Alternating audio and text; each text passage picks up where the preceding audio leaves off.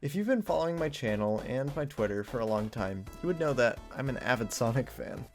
I've been a Sonic fan since I first played Sonic Adventure 2 when I was 3 years old. I love this series. I love the characters, the lore, the comics, the music, and most of the games. So with the release of Sonic Frontiers coming up later this year, and the 10th anniversary of my YouTube channel, I thought it would be fun to review every game in the series. But wait. First, I need to establish some rules, because obviously I cannot review every single Sonic game ever made. Some games are lost, some games are rare, some games are just straight up not worth my time. So, I'll be restricting the games I will review to the mainline series, plus a few spin-off titles that are fairly well known.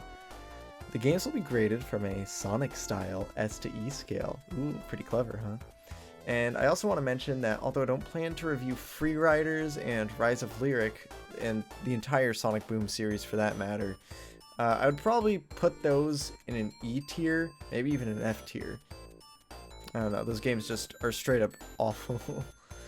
Alright, there's the introduction and the rules for you. So now let's get this started and review the one where it all began. Also, I'm using Origins footage for this, but all the first footage was recorded on the Genesis emulator, so I'm basing it off the classic version, not the Origins version. Alright, let's go.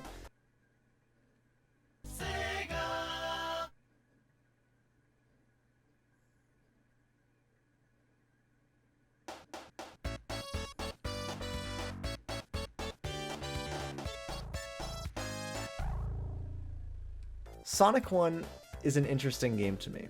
It is such a monumentally important game, but when you actually play the game today, it feels pretty underwhelming. Now, I can't say that anymore now that Origins is out, and it actually makes the game feel a little less dated than it does, but if you're playing Classic mode, or you're playing it through the Genesis Classics, or whatever other emulator version you'd be using, it does feel pretty dated and underwhelming, especially when you compare it to the sequels that came out later on. Green Hill Zone is obviously an iconic level. It's well designed, allows for fast movement, the music is great, memorable, and it's a great introduction to the game and its mechanics.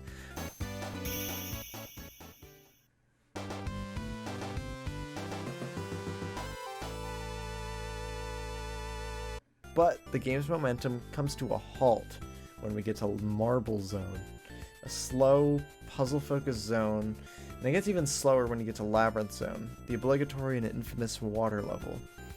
Probably the worst part of Sonic 1. This level really shows the contrast in speed that you would get in Green Hill Zone, Starlight Zone, and parts of Spring Yard Zone. I would also say that out of the classic trilogy, Sonic 1 is definitely the worst when it comes to the special stages.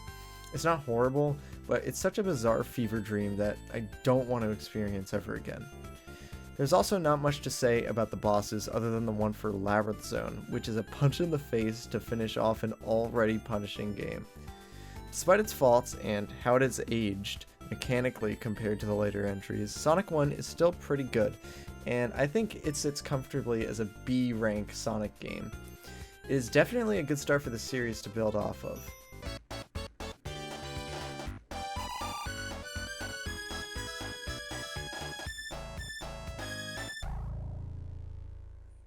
Alright, so that's going to do it for my review of Sonic 1. Next up, I'm going to Sonic 2 for the Genesis.